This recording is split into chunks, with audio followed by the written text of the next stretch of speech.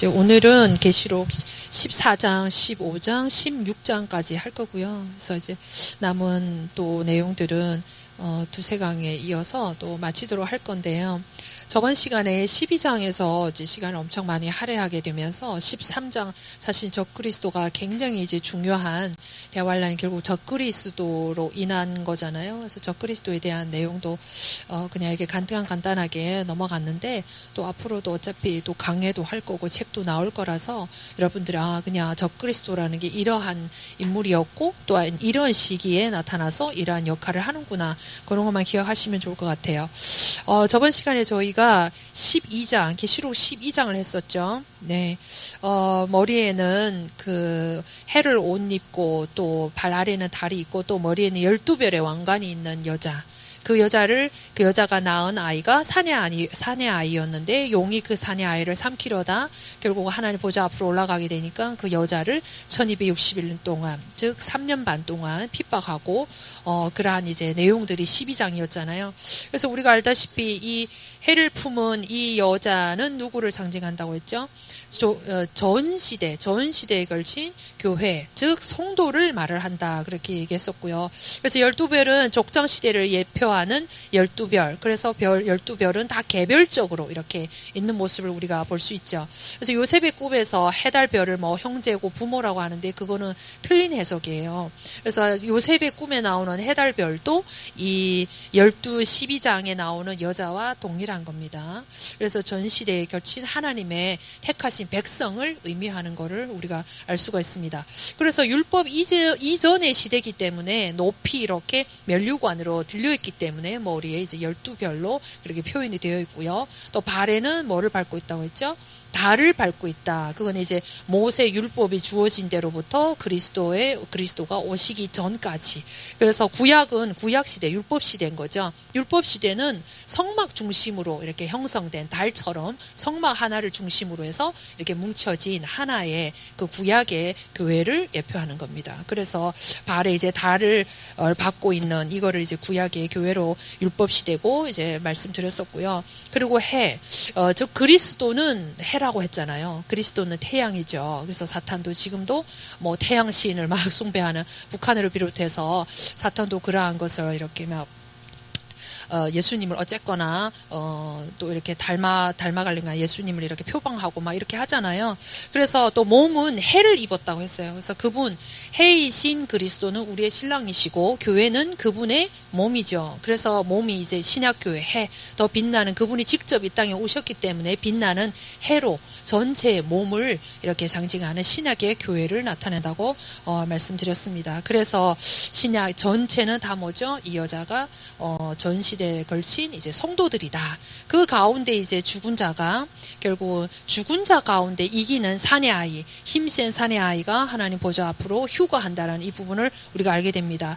휴거를 부정하는 사람들이 너무나도 많습니다. 성경에는 휴거라는 단어가 있을까요? 없을까요? 없어요. 휴거라는 이 단어는 없어요. 삼위일체라는 단어도 있을까요? 없을까요? 없어요. 근데 우리 조직신학을 배우게 되면 이러한 저러한 내용을 또 퀴스티하고 비추어서 이렇게 볼 때 세 분의 하나님의 한 하나님이구나. 그리고 우리도 휴거라는 말도 하나님과 동행함으로써 나타난 믿음의 성숙한 자를 하나님께서 그의 능력으로 데려가시는 거를 이제 휴거라고 그렇게 표현을 하는 거예요. 그래서 휴거 이 단어를 또 성경에서 하시면 안 되고, 그래서 이러한 부분들을 여러분들이 좀 이해하실 필요가 있고요. 그래서 성경에는 휴거라는 단어는 없지만 우리가 구약의 휴거의 예표인 누구가 있다 했죠? 누가? 에노.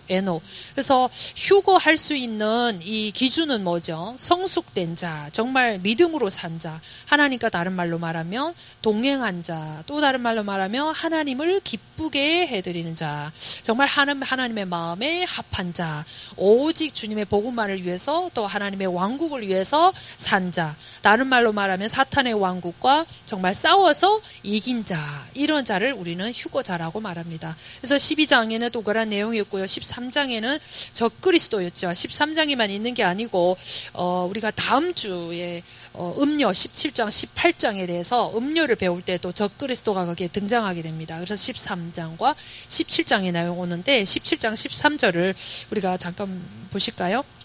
17장 13절. 그래서 많은 내용들이 있었지만 17장 13절에 보면요. 내가 본 열 뿔은 열왕인데 그들이 아직 아무 왕국도 받지 못하였으나 그 짐승과 더불어 1시간 동안 왕으로서 권능을 받으리라. 이들이 한 생각을 가지고 자기들의 권능과 힘을 그 짐승에게 주리라. 결국 없어진 로마 제국이 다시 이후라는 이러한 10명의 왕들로 형성돼서 그 가운데 이제 왕으로 선출된 그 사람이 적그리스도라고 말씀드렸었는데요. 그래서 이 10왕들이 무슨 생각을 갖는다고 했죠? 한 생각을 가지고 이 적그리스도에게 자기들의 권세와 모든 걸 다 주게 돼요. 그러다 보니까 지금 우리가 일어나고 있는 이런 상황들을 지금 이 말씀을 보면 알 수가 있는 거예요. 결국은 한 사람에게 열왕, 이유도 마찬가지고 다시 부활될 이 로마 제국에서 또 이렇게 나오는 이유의 한 여러 명의 왕들이 있지만 그들이 한 생각을 가지고 한 사람에게 이제 권능과 모든 권세를 다 이렇게 부여한다라는 걸 알 수가 있고, 그래서 적그리스도는 이 사람들에게서만 권세를 받는 게 아니라 사탄으로부터도 받게 되는 것이고, 그래서 아주 신비고 아주 진짜 마지막 대환란을 이룬 데 있어서 너무나도 이제 중요한 이게 주체가 되는 그러한 이제 부분인 것을 알 수가 있습니다. 그러면 결국은 이 왕들이 한 생각을 가지고 또 하나로서 이렇게 한 왕에게 권세를 주고 하나로 이렇게 통합하고 뭔가 그의 권세 아래 밑에 들어가서 순종하고 그 지배를 받기를 원한다는 거잖아요. 그러면 지금은 뭐 뇌에다 뭐 칩을 꽂는다 뭐 이렇게 해서 우리가 원하지 않는 대로 이끌어 간다고 하잖아요. 흥분 상태를 뭐 24시간 유지시켜 준다든가. 그럼 이렇게 되면 어떻게 될까요? 예를 들면 칩 하나 꽂으면 이 사람들의 한 생각을 갖고 이렇게 순종할 수밖에 없는, 그 사람 밑에 들어가서 지배 당할 수밖에 없는 이러한 체제로 이 성경 말씀을 보며 결국 그러한 기초들이 만들어져야만이 누가 나올 수 있을까요? 적그리스도가 등장하게 된다는 것을 알 수가 있습니다. 그래서 지금 돌아가는 이런 상황들, 칩 얘기 계속 나오고 뭐 뇌에다 칩을 꽂는다 뭐 어쩐다 이런 얘기가 결국은 적그리스도를 출현시키기 위한 하나님의 주권 가운데 있는 일이라는 것을 우리가 알 수가 있어요. 그래서 14장 저희가 오늘 먼저 보실 건데요. 14장 14장은 1절부터 3절까지만 제가 읽어드리도록 하겠습니다. 또 내가 보니 보라 어린 양께서 시온산 위에 서 계시고 그분과 함께 14만 4천 명이 서 있는데 그들의 이마 안에는 그분의 아버지의 이름이 기록되어 있더라. 내가 하늘로부터 나는 한 음성을 들었는데 그것은 많은 물들의 소리 같고 큰 천둥 소리와도 같더라. 또 내가 자기 하프로 연주하는 하프 타는 자들의 소리를 들었는데 그들이 왕좌 앞과 네 짐승과 장로들 앞에서 새 노래 같은 것을 부르더라. 땅에서 구속받은 14만 4천 명 외에는 아무도 그 노래를 배울 수 없더라. 저희가 계시록 7장을 퀴스트 할 때 14장하고 이렇게 비교하면서 말씀드렸었던 적이 있어요. 기억나시나요? 네, 그래서 7장의 앞 전반부가 이스라엘의 12지파가 나오는 거기 14만 4천은 문자 그대로 아직 영적으로 거듭나지 않고 예수를 그리스도로 받아들이지 않는 혈통적 유대인 가운데 대환란을 피하기 위해서 외적으로 이마에 인을 맞는 그 14만 4천하고 이 14장에 나오는 14만 4천이 어떻게 다른지 말씀드렸었죠. 그래서 그때는 7장에는 혈통적 유대인을 말하는 것이고 그래서 12지파가 나온다. 근데 14장에는요. 똑같은 14만 4천이 나오는데 거기서 나오는 14만 4천은 실제 문자적인 숫자고 이 14장에 나오는 14만 4천은요. 교회에 대한 교회 성도 가운데 이긴 자, 우리 12장에서 죽은 자 가운데 이긴 자가 나왔잖아요. 그럼 이번에는 산자 가운데 휴거된 자가 나오는 거죠. 그래서 이 14장에 나오는 14만 4천은 상징일까요? 그럼 문자일까요? 교회에 대한 교회의 성도 가운데 이기는 자, 휴거된 자를 말을 하는 것이니까 상징적인 거라는 걸 알 수가 있어요. 그래서 14만 4천은 완전함을 나타내는 하나님 앞에 휴거된 첫 열매, 휴거된 그 이기는 자는 하나님께서 완전하게 보시는 그 완전함을 나타내는 14만 4천이라는 것을 말씀드렸습니다. 그래서 이 계시록 7장의 14만 4천하고 계시록 14장의 14만 4천은 시기적으로도 다른 거죠. 그 7장에 나오는 14만 4천은 혈통적인 유대인으로서 또 대환란을 통과하는 사람들이라는 걸 우리가 알 수가 있고 그리고 또 계시록 14장에 나오는 사람들은 어떤 사람들이죠?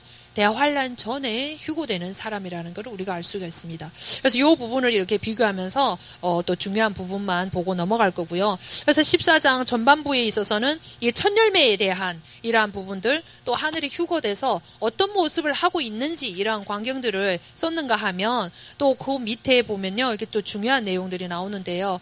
14장 6절과 7절에는 영원한 복음이 무엇인지에 대해서 이제 말씀하고 있습니다. 그러면서 또 밑에 바벨론이 멸망을 당하고 또 그 대환란 기간에 또 어떻게 하나님께서 마지막으로 이 바벨론을 멸망시키고 음녀, 물질적인 음녀, 또 로마 가톨릭 이런 종교적인 바벨론을 어떻게 멸망시키고, 또 그 가운데 믿음을 저버리지 않는 순교자들은 또 어떠한 모습으로 하나님 앞에 또 설 건지, 이런 부분들과, 또 뒤에는 전체적인 예수님이 재림 끝까지 그 내용을, 전반적인 내용을 이제 말씀하고 있는 겁니다. 그래서 여기는 마지막까지 대환란을 통과한 그 이삭 같은 성도들의 휴고와 더불어서 또 그 대환란 가운데 죽는 순교자들의 또 어떻게 휴거될 것인지 이런 부분도 다 나와 있고요. 그리고 마지막은 17절부터는 이방인들에 대해서 어떻게 심판할 건지, 그래서 첫 열매 휴거자, 성도 가운데 이긴 자들의 휴거와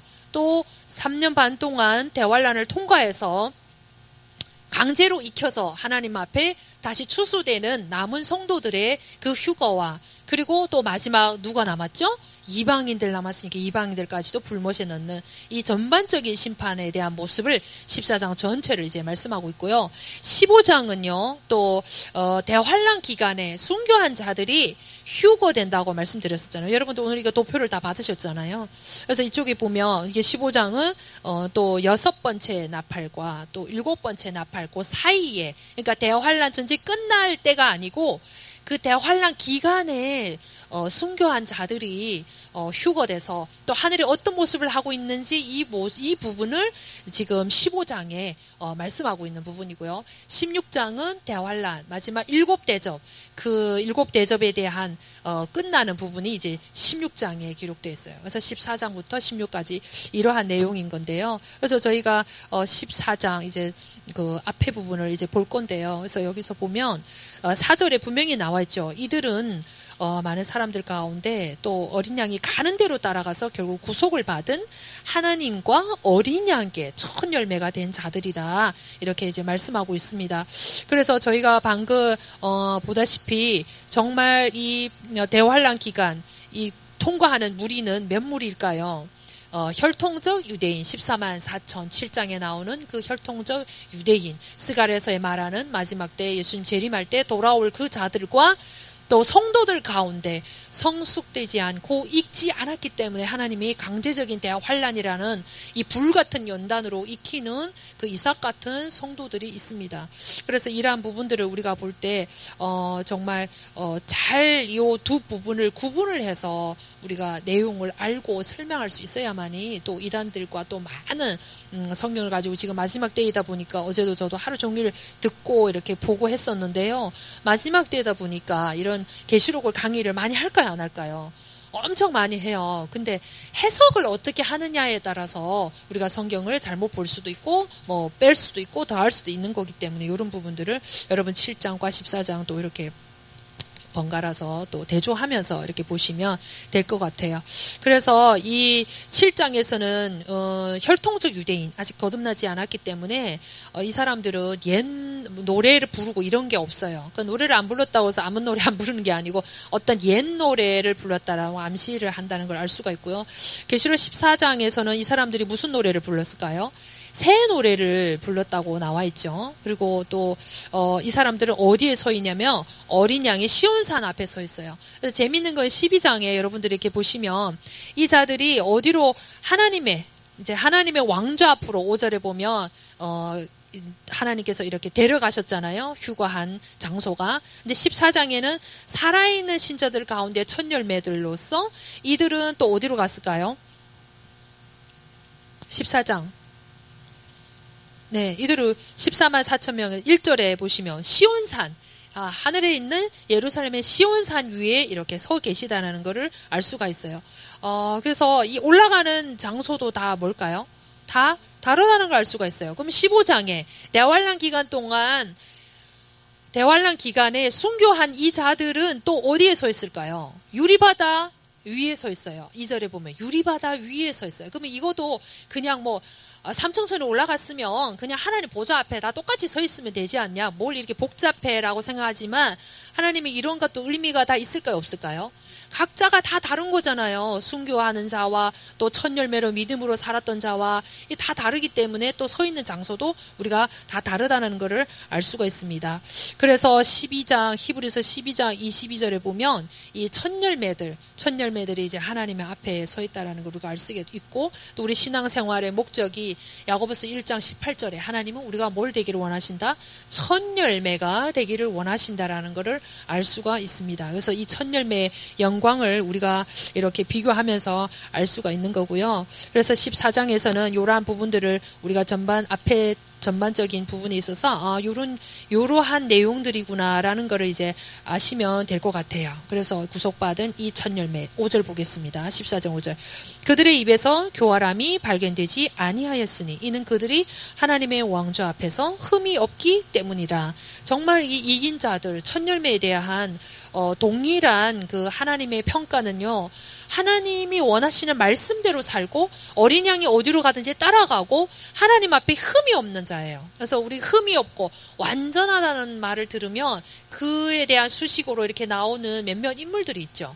아브라함이 그랬죠. 아브라함이 너는 내 앞에서 완전하라. 또 누가 그랬죠? 노아가 그랬어요. 하나님 앞에서 은혜를 입었을 뿐만 아니라 완전한 자로 살았고요. 또 욥도 동방의 의인 욥도 하나님 앞에서 어떻게 섰죠? 완전한 자라고 했죠. 그래서 완전하다라는 것은 우리가 어떤 실수가 없고 흠이 없고 이런 게 아니라 정말 하나님 말씀대로 살려고 애쓰고 힘쓰고 자신을 쳐서 복종하고 정말 말씀대로 살려고 하는, 완전히 자신을 순종하는, 정말 십자가를 지고 우리가 주님을 따른다고 했는데 자신을 부인하고 십자가를 진다고 하는데, 자신을 부인한다는 말을 또 많은 분들이 이해를 못 하시는 것 같아요. 그건 자기 자존심을 내려놓는다는 얘기예요. 자신을 부인하고 십자가를 진다. 우리가 가장 내세우는 게 자존심인 거죠. 나 자, 고지, 나의 어떤 이러한 알량한 뭐 양심, 뭐 이런 체면, 이런 것들 내려놓고 주를 따라가는, 정말 하나님 앞에 우리가 요구가 높다, 정말 하나님 요구가 높으시구나 이렇게 생각할지는 몰라도 이렇게 사는 자가 소수지만 있다 없다? 있다라는 것을 말씀해 주고 있습니다. 그래서 이런 부분들을 여러분들이 이렇게 산 사람들이 하나님 앞에 이렇게 구별되이 첫 열매로 서게 되는구나, 하나님의 성전에 이렇게 들어가게 되는구나라는 것을 아시면 될 것 같아요. 저희가 이어서 6절과 7절에 대한 이 천사가 전하는 영원한 복음에 대해서 정말 알 필요가 있습니다. 14장에서 정말 영원한 복음을 우리는 다 똑같이 생명의 복음, 영광의 복음, 은혜의 복음, 또 영원한 복음 다 같은 거로 이렇게 간주할 뿐만 아니라 우리가 그렇게 배웠기 때문에 또 그렇게 생각하고 있겠죠. 근데 사실은 신학계에서도 이 영원한 복음, 그레고리 비를 비롯하여서 무천년자들은요, 이 은혜의 복음, 생명의 복음, 뭐 영광의 복음, 그리고 여기서 나오는 영원한 복음을 다 뭐로 볼까요?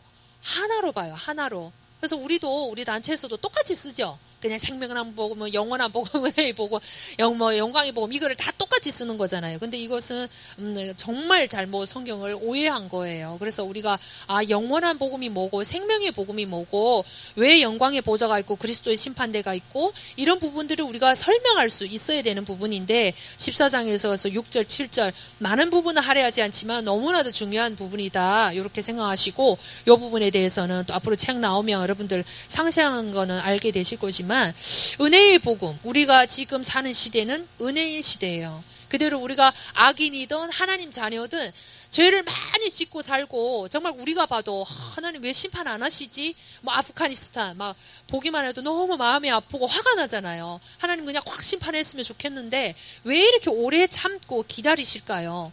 지금은 무슨 시대이기 때문에? 은혜의 시대고, 다른 말로 말하면 구원의 날이로다. 하나님이 누구든지 악인이든 선이든 오래 참으심으로 누구든지 믿으면 다 구원을 받을 수 있는 은혜를 베푸시는 그러한 시대이기 때문에 지금은 은혜의 복음의 시대라는 것을 우리가 알 수가 있습니다. 그런데 이 영원한 복음은요, 시기적으로 지금 전파되는 게 아니에요. 언제 전파되죠? 지금 아시다시피 위쪽에 14장 전반부에 첫 열매가 휴가하고 나서 지금 영원한 복음이 어떻게 되죠? 막 증거되는 모습을 우리가 알 수가 있는 거잖아요. 대환란 시대 3년 반은 은혜의 시대라고 했나요? 아니면 심판의 시대라고 했죠? 심판에 그때는 은혜의 복음이 증거될 수가 없어요. 은혜의 복음이 증거 안 되니까 자기 믿음을 지키기 위해서 순교자들이 자기 생명을 내놓는 거잖아요. 그래서 이 시대는 누가 복음을 전하는가 하면 천사가 전한다는 거죠. 그래서 우리가 요 은혜의 복음과 요 영원한 복음의 차이를 간단하게 우리가 알고 이렇게 넘어가야 될 것 같아요. 그래서 은혜의 복음, 생명의 복음은 사도행전 20장 24절에 보면 사도 바울이 은혜의 복음을 전하는 일에 내가 정말 생명도 아낌없이 다 내놓고 전한다. 그래서 은혜의 날이로다. 지금은 구원의 날이고 은혜의 복음이라고 말씀드렸고요. 고린도후서 6장 2절에도 지금은 은혜의 날이로다. 요한복음 1장 16절 17절에도 지금은 은혜의 복음이 전파되는 시대라는 것을 우리가 알 수가 있습니다. 모세로 말미암아 우리 구약 시대는 정말 모세로 말미암아 주신 율법으로, 그래서 율법 시대, 율법으로 대표되는 시대이지만 지금은요, 은혜 위에 은혜이신 그리스도로 말미암아 주신 그 은혜의 시대에 은혜의 복음으로 우리 신약 시대가 대표된다라고 말씀드릴 수 있습니다. 그래서 마태복음 3장 2절에도 세례 요한이 회개하라, 무엇이 가까웠다? 왕국이 가까웠다. 그래서 은혜의 시대는 구원을 얻을 뿐만 아니라 왕국의 복음과 연결되는 시대라는 거죠. 그래서 우리가 구원만 받을 뿐만 아니라 왕국도 소유할 수 있는 시대가 은혜의 시대라는 걸 알 수가 있습니다. 그래서 마가복음 1장 15절에도 동일한 내용이고요. 그래서 마가복음 16장 15절에도 만민에게 가서 무슨 복음을 증거하라? 네, 왕국 복음을 증거해라. 모든 피조물에게, 만민이 아니고 모든 피조물에게 이 왕국 복음을 증거하라고 말씀드리고 있습니다. 그리고 사도행전 또 10장 9절에서 16절 또 18절에 20절에 보면 고넬료에게 이제 복음을 증거하는데 천사를 통해서 증거하지 아니하고 누구를 통해서 증거했나요? 베드로, 하나님의 사도를 통해서 증거했다는 부분을 우리가 알 수 있습니다. 그래서 은혜의 복음은 누구를 통해서 전하는 거죠? 사람을 통해서 증거한다는 걸 알 수 있습니다. 그래서 이 은혜의 복음은 사람에게 위임된 것이지 천사에게 위임된 게 아니라는 거죠. 그래서 천사도 우리를 이 은혜의 복음을 증거하는 일에 우리를 흠모한다고 이제 말씀하고 있습니다. 그래서 로마서 1장 16절에도 사도 바울은 이 은혜의 복음을 증거하는 일을 부끄러워하지 않고 이렇게 증거한다는 걸 알 수가 있고요.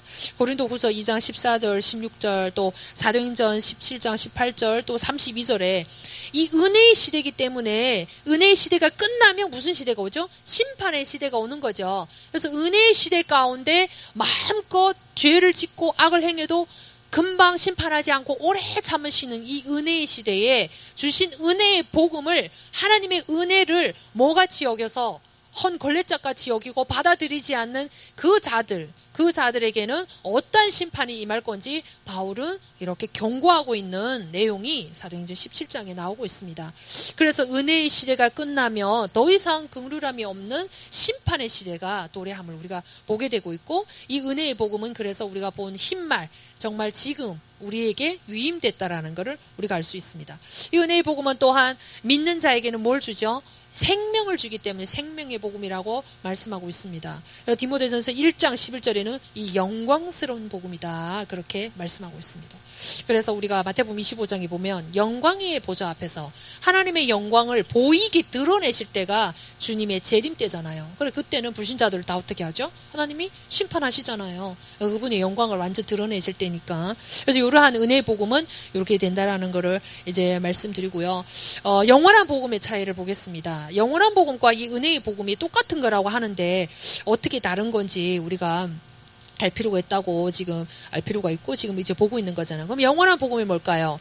영원한 복음은 지금 오늘 본문 6절 7절에서 보다시피 누가 전하는 거죠? 천사가 하늘에서 전하는 거죠. 은혜의 이 영원한 복음은 믿고 구원을 얻고 생명을 얻는 게 아니에요. 목적이 뭘까요? 목적이 대환란 기간이므로 사람들이 다 누구를 두려워한다고 했죠? 저 그리스도. 왜냐하면 자기의 표를 받지 않고 자기 말을 안 듣고 자기가 세운 우상에 절하지 않고 경배하는 모든 자는 다 어떻게 한다? 죽이더라. 그러니까 그러한 시기이기 때문에 사람들이 다 저 그리스도를 두려워하지, 하나님이 자연적인 우리가 그 나팔 재앙을 불 때도 자연적인 재앙을 내리지만 사람들이 회개하고 막 하나님을 두려워하던가요? 안 두려워하고 회개하지도 않아요. 다 누구를 두려워할까요? 눈에 보이는 그 적그리스도. 그러다 보니까 하늘에서 천사가 영원한 복음을 전하면서 하나님의 심판이 가까웠다. 너희들이 그렇게 두려워하고 믿는 저 적그리스도는 곧 심판받을 것이고 이 세상도 곧 없어질 거야. 심판의 주가 와서 이 세상을 심판할 거야. 그러니까 그 창조주를 두려워해. 그 심판의 주를 두려워해. 그분만을 경배해. 너희들이 다시 돌아와라. 하지만 영원한 생명을 얻는 구원의 복음이 아니고 뭐죠? 양과 염소. 양과 염소, 그 왕국의 백성을 가르기 위한 기회밖에 없다라는 걸 우리가 알 수 있습니다.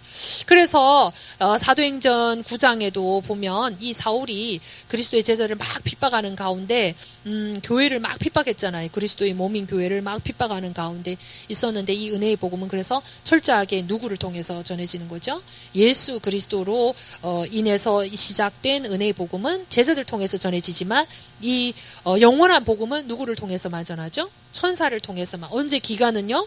대환란 기간에만 증거된다라는 것을 우리가 알 수가 있습니다. 그래서 마태복음 25장에 양과 염소의 비유를 그동안 계속 누구한테 이거를 누구라고 대상이 누구라고 우리가 배웠었죠?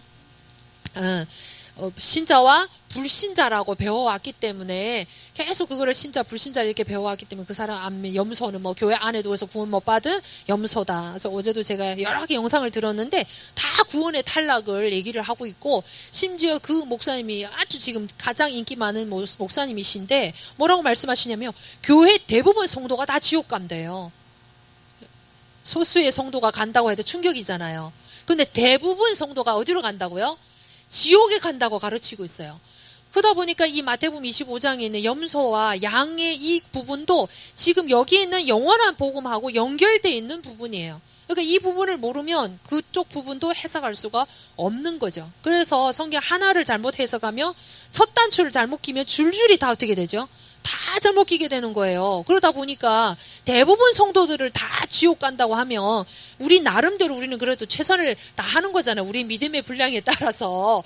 근데 다 지옥 간다라고 하면 굳이 왜 예수를 믿어야 되나. 정말 기가 막힌 일이 벌어지고 있는 거잖아요. 그래서 여기에서 말하는 이 영원한 복음은 마태복음 25장하고 꼭 같이 봐야 된다라는 거. 그래서 이 영원한 복음 전해지는 천사의 복음을 받아들이고 그 남은 성도들을 먹이고 또 혈통적인 유대 땅에서는 혈통적인 그 14만 4천 입 맞은 그 사람들을 돌봐주는 이 사람들을 그 왕국의 백성으로 들여보낼 건데 그 사람들 그 받아들이는 사람들이 누구라고요? 그 사람들이 양과 염소는 안 받아들였기 때문에 염소로 이제 멸망한 것이고 받아들이는 사람이 그 왕국의 백성, 양으로 간주돼서 들어가게 된다는 사실을 우리가 알 수가 있습니다.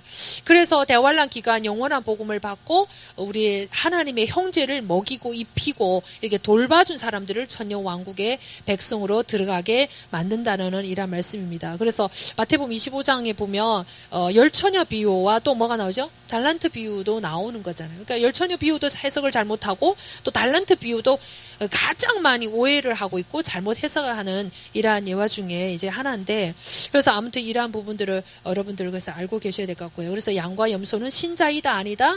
아니다라는 거를 꼭 기억하셔야 돼요. 그래서 양은 영원한 복음을 받고 하나님을 두려워해서 하나님의 몸된 그 남은 성도들을 어떻게 하는 거죠? 돌봐줬기 때문에 하나님께서 왕국의 백성으로 들어가게 하는 거잖아요. 하나님의 몸을 돌본 것이 예수님의 몸이 신부를 돌보는 것이 곧 누구를 돌보는 거예요? 그리스도를 돌보는 거로 간주되어서 양으로 들어가게 된다는 것을 우리가 알 수가 있습니다.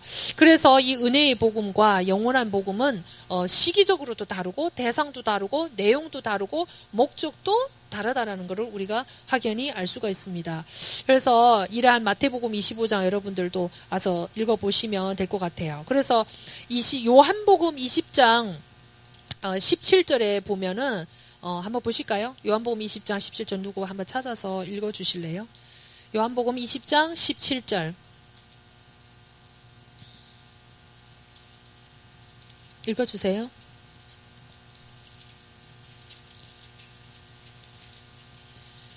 (20장 17절)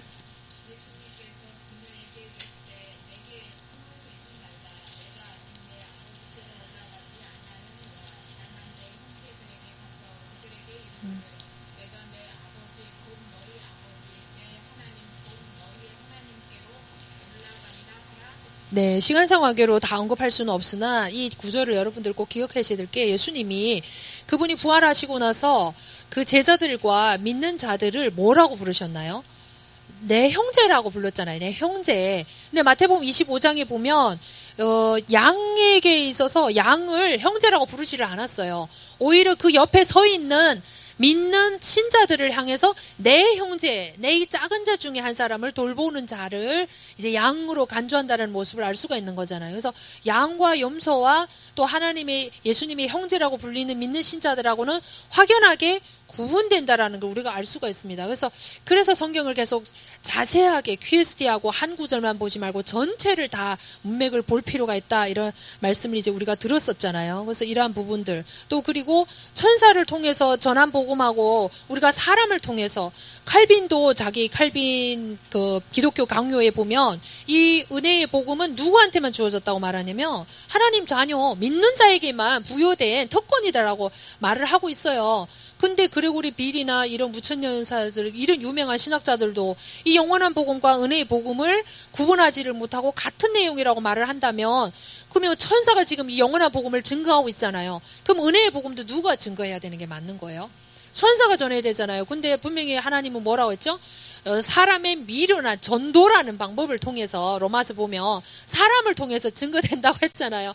그러면 한편으로 정말 천사가 전한 복음이나 우리 사람이 전한 복음이 똑같은 복음이라고 한다면, 제가 하나님이라고 한다면 굳이 사람을 통해서 전하지 않겠어요. 말도 잘 안 듣고 맨날 아프고 뭐 잠도 자야 되고 연약하고 병들고 시간 하루에 복음을 아무리 증거한다고 해도 몇 시간 안 되잖아요. 그냥 천사를 통해서 하늘에서 날아가면서 증거하면 끝나는 거잖아요. 근데 고넬료에게 복음을 증거할 때도 천사를 심부름만 시켰지 복음은 누굴 증거하겠네요?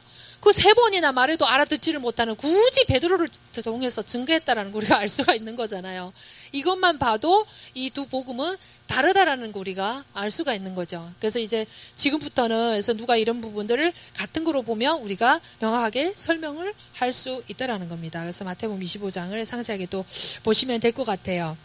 그리고 그 하나님 앞에 나왔던 양과 염소는요, 하나님 앞에 소환당한 거예요. 나중에 예수님이 지상 재림하셔서 그 모든 이방인들을, 다 살아있는 불신자들을 하나님 앞에 이렇게 어떻게 했을까요? 불러오신 거예요. 뭐 하시려고? 영광의 보좌 앞에서 심판하시려고 강제로 이렇게 어떻게 하신 거예요? 다 끌어서 모으신 거예요. 그렇죠?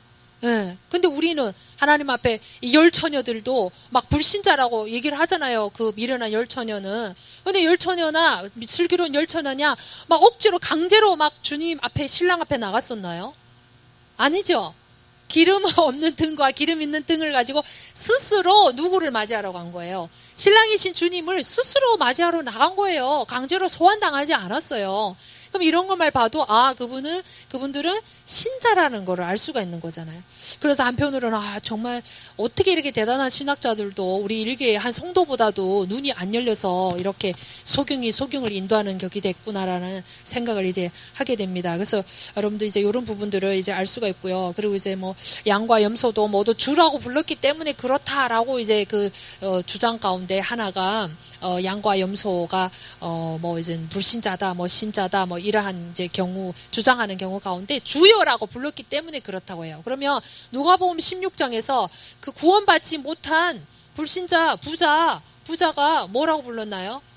주여라고 불렀잖아요. 사도 바울이 다메섹 도상에서 주님을 만나기 전에 뭐라고 불렀나요? 주여, 뉘시니까 그랬잖아요. 알지도 못하고. 그래서 이스라엘 사람들은 자기보다 뭔가 높은 존재를 갖다가 뭐라고 부르는 거예요? 주여라고 부르는 거예요. 근데 우리가 마태복음 7장에는 주여, 주여라고 부르는 자 구원 얻고, 주여, 주여 하면서 내가 당신의 이름으로 큰 일을 행했던 그 사역자들은 거기서 부르는 주여하고 이 사람들이 부르는 주여하고 내용이 같아요, 안 같아요? 이 주여, 마태복음 7장에 나오는 주여는 그리스도를 주로, 주인으로 고백하는 신앙 고백인 것이고, 이 사울이나 혹은 뭐 아까 말하는 그 누가복음 16장 부자나 이 말하는 주여는 무슨 주죠? 그냥 어떤 자기보다 높은 존재이기 때문에 이렇게 높여서 부르는 거라는 거를 우리가 알 수가 있어요. 그래서 이런 간단한 문제도 잘 구분을 못하니까 이런 오해가 생겼다라는 거를 우리가 알 수가 있습니다. 그래서 그 그레고리 빌 또 우리가 아까 말씀드렸던 이 영원한 복음과 은혜 복음을 다 같은 거라고 이렇게 간주했던 그레고리 빌, 이런 게 잘못됐다라는 걸 우리가 알 수 수가 있고, 칼빈도 기독교 강요 4권 3장 1절에 또 꼭 알기를 원하시는 분들 때문에 이런 것들 말씀드리는데요. 그분은 그래서 사람에게 이 은혜의 복음을 주셨다라는 것을 우리가 알 수가 있습니다. 그래서 그 뒷부분 이제 은혜의 복음과 또 영원한 복음 이런 차이를 여러분들 아시면 좋겠고요. 그 뒤에는 뒷부분 보겠습니다.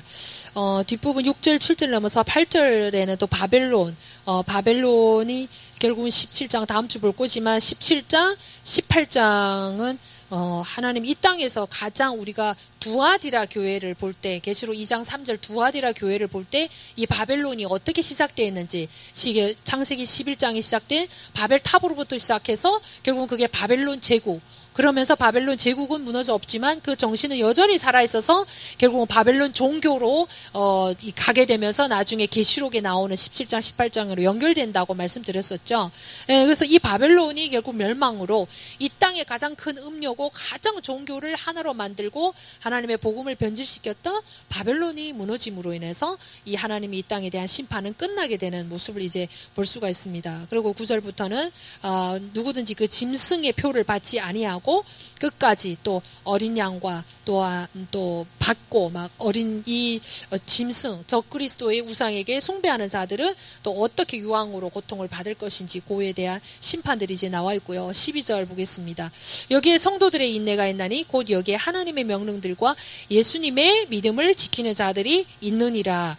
우리가 휴거를 다루다 보니까 12장 죽은 자들 가운데 이기는 자들의 휴거, 14장 초반부는 산자들 가운데 첫 열매인 휴거.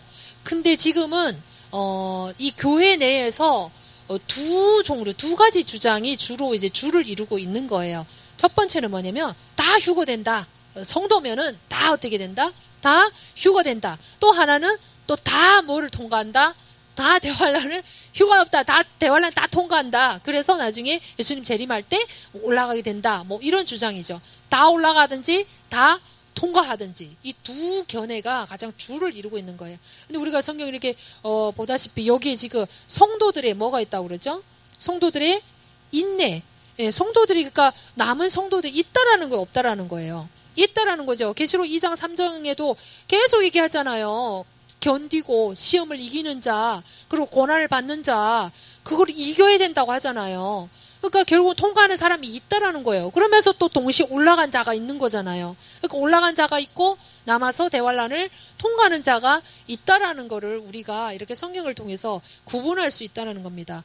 그래서 여기에 성도들의 인내를 말하는 것은 위에 적그리스도의 우상 을 숭배하고 또 믿지 않는 자들은 또 받아들이지 않는 자는 다 죽이는 가운데 성도들의 인내라고 말을 하는 것은 이들이 죽지 않고 인내해야 됨을 3년 반이라는 불같은 연단을 거쳐서 이거야 된다라는 것을 우리가 성경을 이렇게 퀴스티하면서 알 수가 있습니다. 그래서 13절에는 결국은 이들은 주 안에서 죽게 되는데 이 자들이 뭐가 있다고요? 복이 있다고 말씀하고 있습니다. 계시록 20장에 보면 이 천년 왕국에서 1000년 동안 그 왕노릇하는 사람들이 어떤 사람들인지 4절에 쭉 나오고 있어요. 이 사람들이 예수님의 증언과 하나님의 말씀을 인해서 목베인 자들의 혼을 보았는데 예수님의 증언은 신약시대에 예수님을 증거하다가 순교당한 자들이고요. 하나님의 말씀으로 인해서 목을 베인 자들은요. 구약에 하나님 말씀을 증거하다가 목을 베인 사람들이고 또 짐승과 그의 형상에게 경배하지 않고 짐승의 표를 받지 않은 순교자들은요. 대환란 기간에 순교하는 자들을 말하고 있어요. 그래서 이들이 천년왕국에서 왕노릇함을 이렇게 20장에 보여주고 있고 14장에서는 13절에서는 복이 있다라고 이렇게 말씀하고 있습니다. 그리고 14절부터 16절까지는 흰 구름을 구름 위에 앉으신 우리가 구름을 입은 힘센 천사 계시록 10장에서 다 봤었죠. 그래서 공중 재림이 먼저 있고 지상 재림이 있는데 그분이 예리한 낫을 가지고 이제 남아있던 그 3년 반 동안 환난을 당하던 그 성도들을 다시 이렇게 출수하는 모습이 14절에서 16절에 나오고 있습니다. 그리고 17절부터 20절까지는요. 남은 불신자들을 어떻게 하나님께서 이들을 심판할 것인지 진노의 이 들포도들 모아서 포도즙 틀에서 이렇게 심판하시는 그 모습을 우리가 이렇게 볼 수가 있습니다. 여러분 우리가 15장 넘어가도록 하겠습니다. 시간적인 부분 때문에 15장 여러분들 이 도표를 이렇게 보시면 좋을 것 같아요. 다 한 개씩 갖고 계시죠? 그래서 이 도표를 보시면 지금 저희가 보는 14장은 여기 첫 열매 후 3년 반 전에 하나님 앞에 올라가는 부분들이 이렇게 보이시죠? 도표에 보면. 그러면 죽은 자들이 먼저 올라간다고 했으니까 12장의 첫 열매들이 먼저 올라갔겠죠. 그리고 14장 살아있는 첫 열매가 올라갔고요.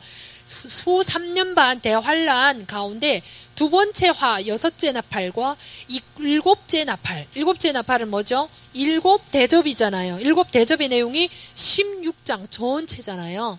그래서 16장. 그러면 지금 15장은 어디에 있는 거죠? 지금 16장. 일곱 나팔, 일곱 대접이 시작되기 전인 거잖아요. 그리고 여섯째 나팔, 9장 후반부에 나오잖아요. 그러니까 여섯째 나팔과 일곱째 나팔 사이에, 다른 말로 말하면 대환란 기간 중에 두 번째 화까지 이루어지고 나서 그 다음 세 번째 화 이루어지기, 두 번째 화, 세 번째 화, 그 사이에 순교당한 그 자들이 하나님 앞에 휴거해서 새 노래를 부르고 있는 그 내용이 계시록 15장이에요. 그래서 이 도표를 보시면 이해하실 거죠. 예, 9장. 그래서 오늘 15장의 내용에 대해서 한번 이렇게 쭉 보실 건데요.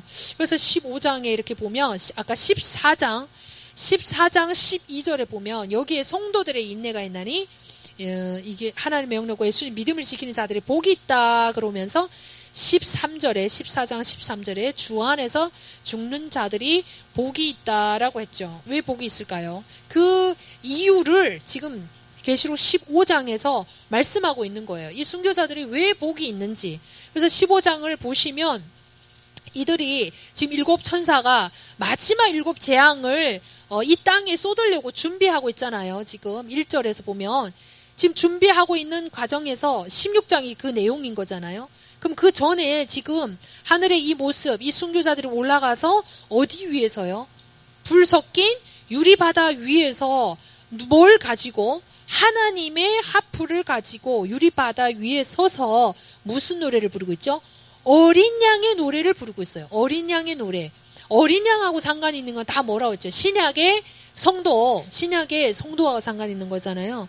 그러니까 하나님의 하프를 가지고 불 섞인 유리 바다 위에서 새 노래를 부르고 있는데 그것이 무슨 노래냐면 구속에 대한 노래를 부르고 있단 말이에요. 그러면 이 유리 바다 우리가 지금까지 14장까지 보았지만 매 장마다 다 해석이 다 어떻게 됐어? 다 12, 10세기였죠. 다 달랐잖아요. 그럼 그것이 뭐 어떻게 성경하고 안 맞는지 저희가 계속 그렇게 퀴즈티 했었잖아요. 흰말부터 시작해서 뭐 24장로부터 시작해서 뭐 힘센 천사부터 시작해서 또 뭐 이 멸루관을 쓴 여자로부터 12장에 나온 여자로 전부 다 해석이 달랐고 그것이 어떻게 성경에서 말하고 있는지를 우리가 퀴즈티 했잖아요. 그러면 여기 15장에서도 또 오해됐을까요? 안 됐을까요? 여전히 여기서도 또 다 오해돼서 다 또 자기 마음대로 이렇게 말하고 있는 거잖아요. 그러면 이 하나님의 하프를 가지고 불 섞인 유리 바다 위에서 어린 양의 새 노래를 부르고 있는 이들은 누구일까? 이게 이제 관건이겠죠. 그 내용이 지금 바다 위에서 유리 바다 위에서 하나님의 하프를 가지고 이제 구원의 찬양을 부르면서 막 그 증거상막 성전이 그곳을 막 이렇게 부르고 있는 모습이잖아요. 그러면 이게 지금 여기서 우리가 알아야 되는 중요한 가장 핵심적인 내용이라는 것을 알 수가 있습니다. 하나님의 하프는 이 땅의 하프일까요? 아닐까요? 이 땅의 하프가 아니에요. 하나님의 하프는 하늘에 있는 하나님의 하프를 가지고 지금 찬양하고 있습니다. 그래서 여기서 우리가 볼 것은 오늘 2절에 나오는 이 불 섞인 유리바다. 이거 너무 중요해요. 그래서 불 섞인 유리바다. 지금 우리가 예수 믿는 사람들은 예수 믿으면 천국, 안 믿으면 어디 간다고 말하죠? 지옥을 가고 있다고. 근데 성경은 천국이라는 단어도 없지만 하나님의 왕국이지만 반대로 하나님의 왕국에 대해서만 나오지 않아요. 셋째 하늘도 나오고 둘째 하늘도 나오고 첫째 하늘도 나오고 있고 또 낙원도 나오는가 하면 낙원도 그냥 낙원이 나오고 하나님의 낙원도 또 나온단 말이에요. 근데 우리가 지금 가장 잘 나가는 목사님들부터 시작해서 신학자들은 전부 다 낙원이나 삼층천이나 천국이나 다 뭐로 볼까요?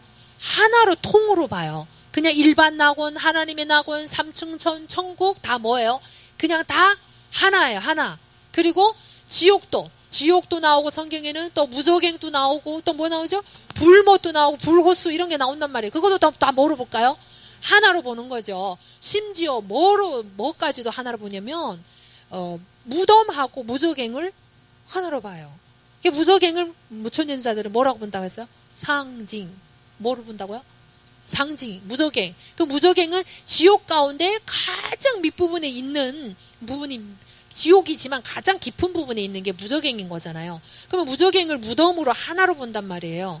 그러면 무슨 문제가 생기는 건가요? 무저갱과 무덤이 하나면 무저갱이 지옥인 거잖아요. 그럼 지옥과 무덤이 어떻다는 거예요? 같다라는 거예요. 그러면 무덤은 뭐가 들어가는 곳이죠? 몸이 들어가는 곳인데 그거 하나니까 그러면 몸만 들어가는 게 아니라 모두 들어간다는 얘기예요. 영혼도 들어간다는 얘기가 되는 거예요. 이렇게 추론을 해보면 그런 거잖아요. 근데 성경은 분명하게 다 이렇게 구분되어 있는 거죠. 그래서 이런 부분들을 우리가 보자는 거예요. 그러니까 불 섞인 유리바다 지금 15장 2절에 지금 나오고 있는 거잖아요. 그러면 지금 계시록 4장에 한번 보겠습니다. 계시록 4장에 우리가 하늘의 광경에 대해서 봤었죠. 계시록 4장에 요한이 본 그 하늘의 광경들이 보이는데 거기에 보면 6절을 보시면 그 왕좌 앞에는 수정 같은 유리바다가 있고 왕자 한가운데와 왕자 둘레에는 앞뒤에 눈이 가득한 네 짐승이 있더라. 여기에 뭐가 나오죠? 수정 같은 유리바다가 나오고 있어요. 4장에서 이 보면 세례요한이 지금 본 그 하나님 왕좌 보좌 앞에 있죠. 하나님의 보좌는 전 우주의 중심인데 그 보좌 앞에 뭐가 있죠? 지금 유리바다가 있는 거죠. 똑같은 바다, 유리바다예요. 근데 지금 15장에 나와서는 뭐가 섞였다고 하죠? 불이 섞인 유리바다로 지금 이렇게 나오고 있는 거잖아요. 그렇죠? 그렇다면 다니엘서 7장 10절 생활상 관계로 찾지는 않겠습니다. 다니엘서 7장 10절에는 하나님의 보좌 앞에서 이 불이 강처럼 흘러나온다고 했어요. 똑같은 그 바다인데 불이 뭐가 나온다고요? 강처럼 흘러나온다. 그러면 이 유리바다라고 말했는데 왜 불이 섞인 또 이 순교자들은 불이 섞인 유리바다 위에 서 있을까? 하나님은 유리가 그냥 수정같이 맑은 그 바다를 세례요한이 봤잖아. 사도 요한이 봤는데 또 이런 의미가 있을까 없을까요? 있다라는 거죠. 또 다니엘서 7장 10절에는 그래서 불이 강처럼 흘러나오는 하나님 보좌는 그래서 불꽃이다 이렇게 말하는가 하면 히브리서 12장 29절에도 하나님은 소매라는 이 불이신데 하나님의 보좌는 뭘까요? 불이라는 걸 말하고 있고요. 신명기 9장 3절, 신명기 4장 24절 다 뭐죠? 불이라고 했어요. 하나님의 이 보좌는 불이라고 했는데 우리가 꼭 기억해야 될 게 계시록에 나오는 하나님의 이 계시록은 심판에 대한 거잖아요. 하나님의 보좌도 무슨 보좌일까요? 심판의 보좌라는 게 잊지 말아야 돼요. 하나님의 이 보좌에 나온 거는 지금 뭐하고 상관 있다고요? 심판하고 상관 있는 거죠. 그래서 이러한 히브리서 12장 29절이나 신명기 9장 3절, 신명기 4장 24절이나 다 뭐죠? 하나님의 이 불은 보좌가 불이라는 거, 심판이라는 거. 그래서 우리가 알다시피 유리바다라고 하니까 유리가 얼마나 좋아? 투명하고 깨끗하고 너무나도 좋아. 그래서 유리바다. 이러면 유리는 사실은 주체가 아니고요. 뭐가 주체일까요? 바다를 수식화해주는 단어가 뭐죠? 유리예요, 유리. 그 바다가 중요한 것이고 바다를 표현하는 그 수식어가 뭐죠? 유리. 불도 마찬가지고. 그렇다면 이 유리같이 막다라는 것은 하나님의 이 심판의 보좌라고 했잖아요. 하나님의 심판은 유리같이 어떻게 한 거예요? 정확하고 투명하다는 거예요. 감출 것이 전혀 없고 불공정한 게 하나도 없어. 그냥 누구 보더라도 너무나도 투명하고 확실한 거라는 거를 이제 보여주는 반면에 유리라는 거는 수식어라는 거를 우리가 알고 실제 중요하다는 것은 뭐죠? 바다의 의미가 중요하다는 거죠. 이 바다, 보좌 앞에 있는 이 바다. 그래서 계시록은 말씀드리다시피 창세기가 시작이라고 한다면 가운데는 과정인데 과정 가운데서도 예수님이 실제 오신 사복음서가 중요한 것이고 결론 부분은 뭐라 그러죠? 계시록이죠. 그러면 계시록에 이 유리 바다가 있다. 그러면 이 바다 의미가 중요하다고 했는데 이 바다가 그러면 전체 이 성경에서 바다라는 의미가 뭔지를 알면 우리가 불 섞인 유리 바다가 뭔지를 알 수가 있는 겁니다. 그래서 우리가 찾지는 않겠습니다. 우리 다니엘서 7장 10절에 방금 말씀드렸다시피 여호와의 보좌로부터 하나님 보좌는 무엇이다? 불꽃이다. 그래서 불 섞인 유리바다다. 다른 말로 말하면 이게 계시록 20장 14절에 나오는 불못이에요. 하나님의 보좌 앞에 뭐가 있다고요? 불못이 뭐죠? 나중에 계시록 20장에 지옥과 사망도 그 안으로 들어간다고 했죠. 그 불못인 거예요. 불못. 그래서 계시록 6장 우리가 11절 보면 순교자들의 신원이 나오잖아요. 순교자들의 수가 차기까지 기다려라 이러면서 계시록 15장에는 이 짐승의 이름 666표를 받지 않고 이기는 이 순교자들의 이기는 이러한 부분들을 지금 나오고 있는 거잖아요. 그래서 하나님 보시기에는 참 승리자들인데 이 승리자들이 유리바다 위에 불 섞인 유리바다 위에서 이 노래를 승리의 노래 새 노래를 부르고 있는 모습이 이렇게 나오고 있잖아요. 그럼 이들이 순교를 당했는데 죽임을 당했는데 왜 유리바다 위에서 하나님의 보좌 앞에 유리바다 위에서 서서 찬양을 하나님의 하프를 갖고 찬양할 수 있을까요? 그럼 여기도 휴거라는 단어 안 나오잖아요. 근데 이들은 분명히 지금 하늘에 하나님의 불 섞인 그 보좌 앞에서 하나님의 하프를 가지고 찬양을 부르고 있단 말이에요. 그럼 어떤 사람들이 15장에 이들이 휴가 따라는 게 어디 있어? 그렇게 얘기하고 있잖아요. 근데 이들이 왜 그럼 여기 서가지고 이렇게 찬양을 하고 있을까요? 그러면 이들이 뭘 했다는 걸 보여주는 거예요? 휴거했다라는 걸 보여주고 있는 거잖아요. 그렇죠?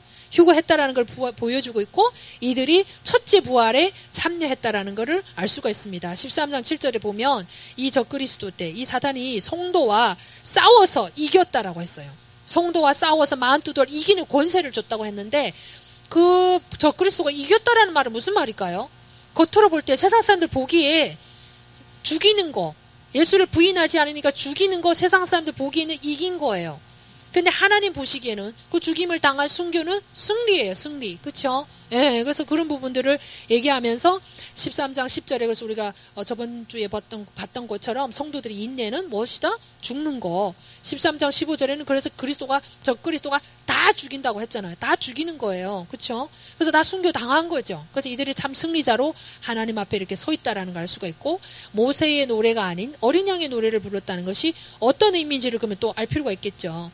출애굽기 15장 보면 모세와 이스라엘 백성들이 하나님 앞에 구원해줘서 홍해를 건너고 나서 막 노래를 부르는 거잖아요. 하나님이 저 불의한 바로왕, 하나님의 백성을 괴롭히고 노예로 삼았던 저 바로왕의 군대들을 다 멸하신 거, 그 심판은 공의로우십니다. 우리를 구원해 주심을 감사합니다. 막 찬양했잖아요. 근데 이 사람들은 지금 누구의 노래를 부르고 있어요? 어린 양의 구속. 15장 출애굽기 15장에 나오는 모세의 노래는 그 원수 바로왕으로부터 건져주신 심판하신 그분에 대한 그분의 심판이 바름에 대한 찬양이라고 한다면 계시록 15장에는요 어린 양의 구속을 찬양하는 내용인 거죠. 그래서 유리바다 위에서 찬양하는 것은 그 하나님께서 불로 적그리스도에 대한 심판. 그래서 나중에 적그리스도가 계시록 20장에 어디로 들어가죠? 적그리스도와 그를 도왔던 거짓 선지자가 산채로 어디에 들어가죠? 유황 불못에 들어가잖아요. 그렇게 될 것을 막 찬양하는 거예요. 그렇죠? 지금 대환란이 안 끝났잖아요. 근데 이 사람들이 미리 휴거해서 그 모습을 지금 보여준 거잖아요. 세례 요한한테. 그러니까 하나님이 그 모세 바로왕을 막 이렇게 심판하신 것 같이 저 우리를 막 죽이고 막 하나님 백성 괴롭혔던 저 적그리스도를 하나님이 불로 심판할 거야. 하나님의 보좌 앞에 있는 그 불로 심판하실 거야. 라는 거를 지금 어떻게 하는 거예요? 보여준 거예요. 그러면 왜 불로 심판한다는 얘기가 어딨냐? 이렇게 물어볼 사람 있을 것 같아요. 하나님의 보좌 위에는 심판의 보좌이지만 뭐가 둘려 있었어요? 무지개. 무지개는 뭐죠? 노아 홍수 때 내가 다시는 물로 심판하지 않겠다. 그래서 물로 심판하지 않겠다는 약속 첫 번째. 두 번째 하나님의 보좌는 긍휼을 베푼 전부 다 심판하지는 않잖아요. 노아 홍수 때도 다 심판하지 않았잖아요. 의로운 노아 8식구는 구원을 받았잖아요. 그러니까 하나님의 보좌는 심판, 정말 물로 다시는 심판하지 않겠다는 그 언약을 상기시키는 거예요. 물로 심판하지 않겠다는 말은 다른 말로 뭘로 심판하겠다는 거예요. 불로 심판함을 암시하고 있는 거예요. 그래서 그러한 부분들을 우리가 볼 수가 있고요. 그래서 우리가 성경을 보는 이 아주 그 원칙 중에 하나가 이것이 좋은 의미냐, 적극적인 의미냐, 아니면 소극적인 의미, 안 좋은 의미냐 이런 거를 먼저 알고 봐야만이 성경이 어떻게 되는 거예요? 열리는 거예요. 근데 그동안 유리바다를 다 좋게 봤을까요? 안 좋은 걸 봤을까요? 좋게 봤잖아요. 낭만적이고 뭔가 아름다울 것 같고 투명하고. 근데 좋은 거 아니라는 거죠. 여기서 나오는 건 뭐라는 거죠? 소극적인 거, 심판에 대한 거. 아주 이런 부분들을 보여주고 있다라는 것을 우리가 알 수가 있습니다. 그래서 시편 103편 7절에 보면 모세가 하나님이 하시는 심판이나 모든 하신 일, 그분의 원칙, 그분의 모든 것은 기준은 다 너무 의롭다. 그분의 길은 너무 곧다. 그분의 원칙에 대해서 막 찬양을 했잖아요. 그렇다면 여 앞에 유리바다 위에서 선 이 사람들도 새노를 부를 때 하나님의 구속은 뭘까요? 너무나도 의롭다. 3절에 보시면 주의 일들은 크고 놀라우시니이다. 성도들의 왕이여 주의 길들은 의롭고 참되시니이다. 그분의 심판과 그분의 모든 행한들은 다 뭐죠? 의롭다는 것을 이렇게 찬양하고 있는 모습을 알 수가 있습니다. 그것이 이제 시편 구약의 103편 7절에 나오는 내용입니다. 그래서 유리바다, 불이 섞인 유리바다. 그렇다면 우리가 알 것이 하나님의 백성들을 심판할 때 하나님의 백성을 심판할까 안 할까요? 네? 심판을 할까요 안 할까요? 해요. 하나님 백성을 심판해요. 특히 언제요?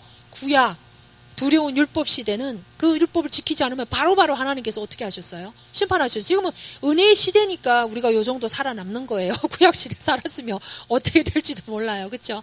그러니까 레위기 10장 2절에 보면 이 여호와의 불 누구죠? 대표적인 예로 대제사장인 아론의 두 아들이 하나님 앞에 다른 불을 드렸다가 불이 여호와께로부터 나와서 그들을 어떻게 했죠? 삼켰다고 했잖아요. 히브리서 10장에도요. 10장 30절에 보면 하나님의 백성들을 심판하시는데 불로 심판하신대요. 그래서 고린도전서 3장에도 너희 공력이 불타면 요한복음 15장 열매 맺지 않은 자는 뭘로 살리리라? 불로 살리리라. 그 불이라니까 우리 지옥가 아니야. 그게 아니잖아요.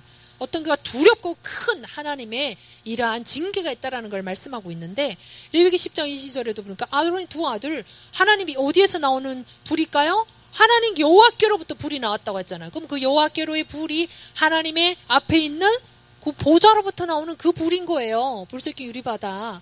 그게 나와서 어떻게 한 거예요? 하나님이 소매라는 불이심이라 히브리서 방금 이제 쭉 봤던 다니엘서 말씀 그 불로 심판하신 거예요. 그리고 또 심지어 하나님의 백성도 불로 심판한다면 악한 불신자들은요 구약에 잘 보여주고 있는 예가 있죠. 소돔과 고모라 불과 유황으로 그쵸? 창세기 19장. 근데 웃기는 게요. 이것도 19장 24절 이것도요. 불과 유황으로 심판한 소돔 고모라의 심판도 무천년 지지자들은 이거를 뭐로 볼까요? 실제로 있었던 사건을 볼까요? 아니에요. 이것도 실제 있었던 사건이 아니라고 그래요. 그러다 보니까 계시록에 나오는 모든 그 대환란 때 심판들 다 뭐로 볼까요? 상징, 황충도 상징, 무적행도 상징, 그 사자도 상징, 다 뭘까요? 다 상징이에요. 심판이 상징이면 너무 좋겠어요. 상징 없는 거니까. 그쵸? 심판이 상징이면 심판의 결론인 지옥도 상징이에요. 그래서 상징으로 보는 거예요. 상징이에요. 다 상징이에요. 그럼 거기 들어가는 마귀도 뭘까요? 상징이죠. 그 마귀를 때려 부수는 우리도 뭘까? 우리도 상징인 건가?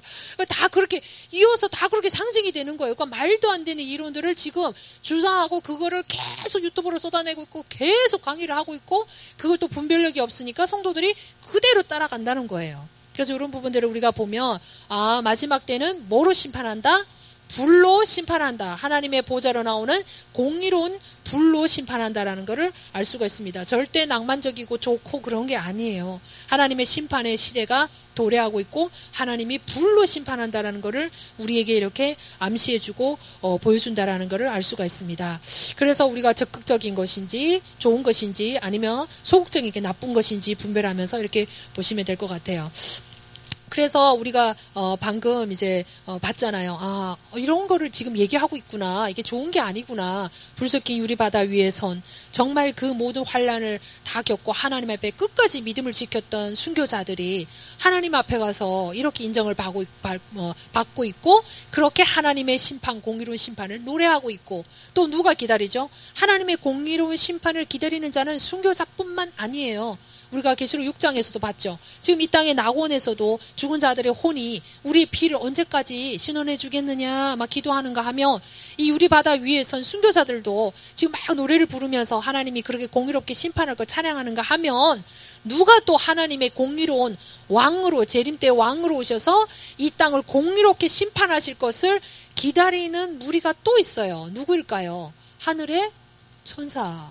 하늘의 천사. 하늘의 천사들은 타락한 천사가 아니잖아요. 그 타락한 천사들을 하나님이 영원한 그 마지막 심판을 기다리기 위해서 지금 무적에게 가둬놨잖아요. 유다서에 보면.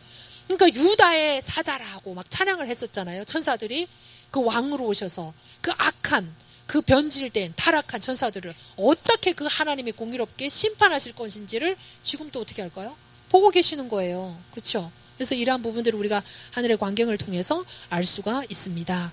그래서 계시록 4장의 이러한 우리 무지개와 또한 이런 나오는 불 섞인 이런 모습이 결국은 계시록 20장 불못으로 연결된다라는 것을 우리가 알 수 있습니다. 그래서 지옥과 불못은 같다 아니다? 20장 보겠습니다.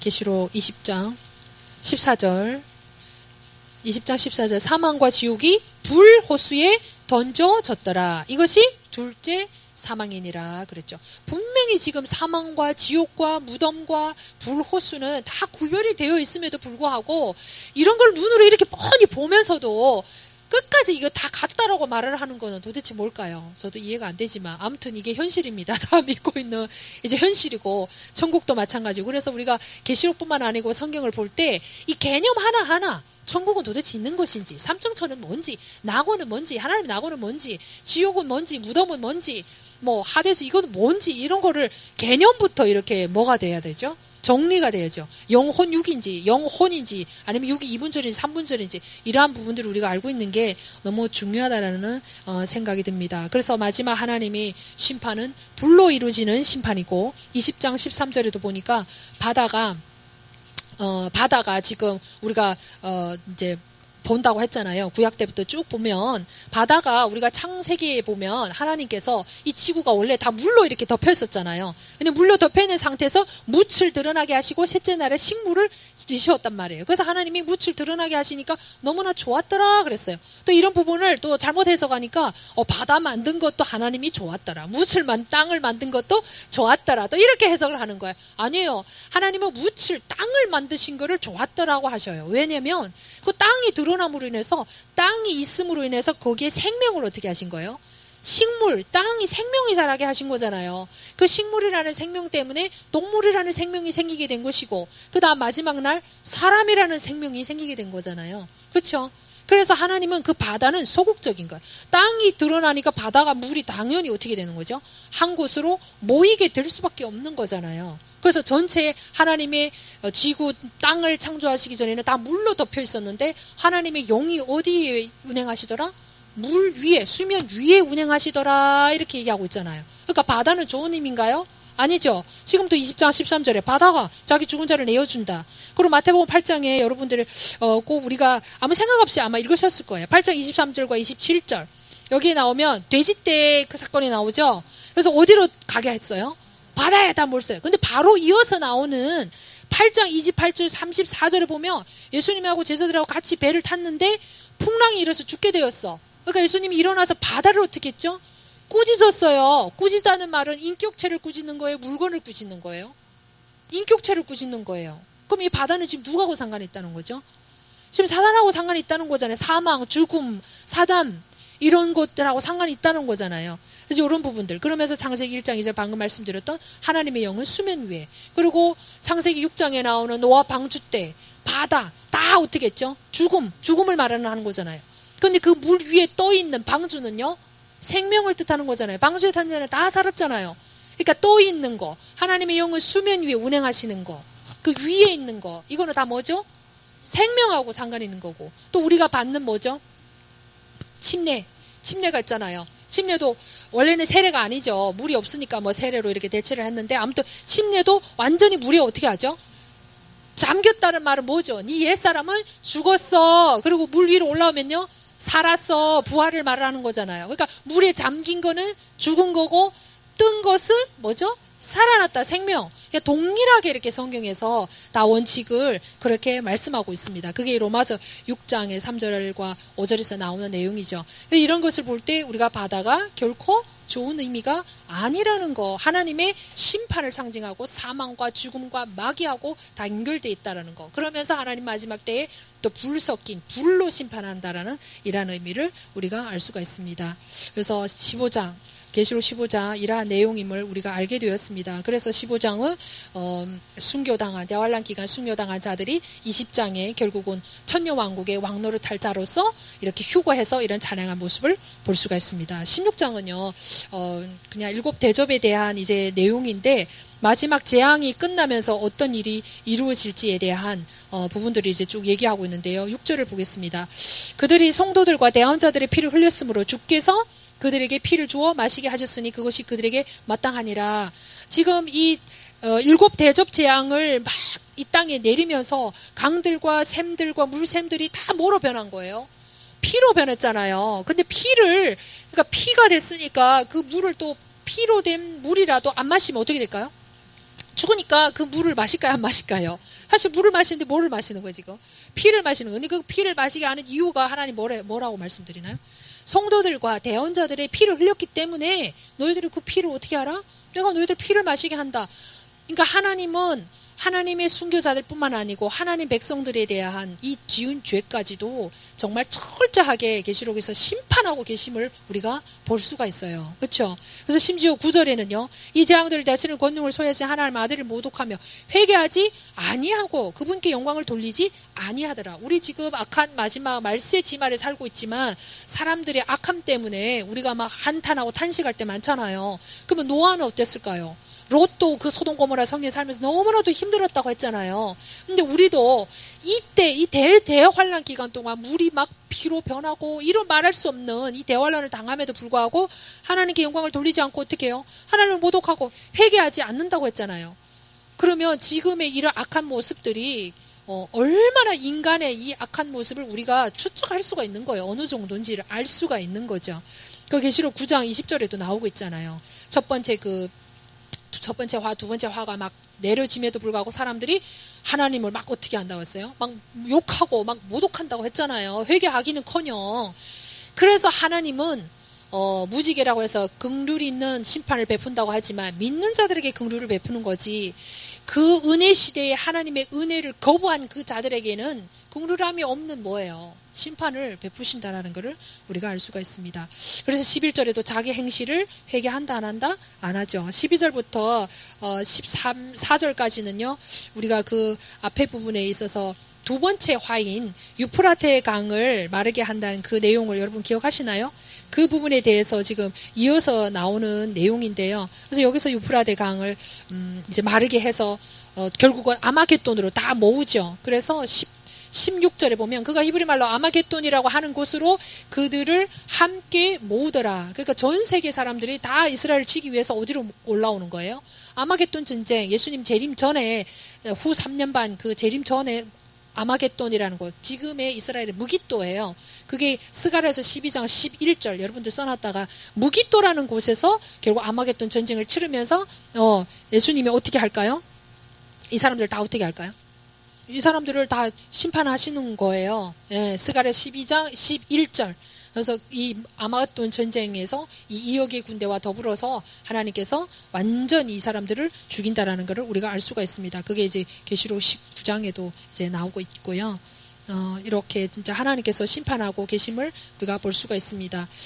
그리고 그 밑에 보면 17절에 보면 정말 일곱째 천사가 자기 병을 다 이제 호리병을 다 쏟고 나서 다 이루어졌도다. 하나님께서 이 땅에 심판회를 모든 심판을 다 내리시고 19절에는 맹렬한 진노의 포도즙 즉 들포도 세상 모든 이방인들 하나님의 은혜를 거역했던 은혜의 시대에 하나님의 은혜를 거역했던 모든 자들을 심판함으로 이제 끝나는 이러한 모습을 16장 왜 16장 이게 전반적인 부분이 나오냐 16장에 지금 뭐가 다 끝났죠? 일곱 대접이 다 쏟아짐으로 인해서 이제는 그 세화가 대화가 다 이루어진 거잖아요. 그래서 이런 전반적인 부분을 16장에 쭉 얘기하는 부분입니다. 네, 오늘은 여기까지 하도록 하고요. 정말 준비한 내용은 많지만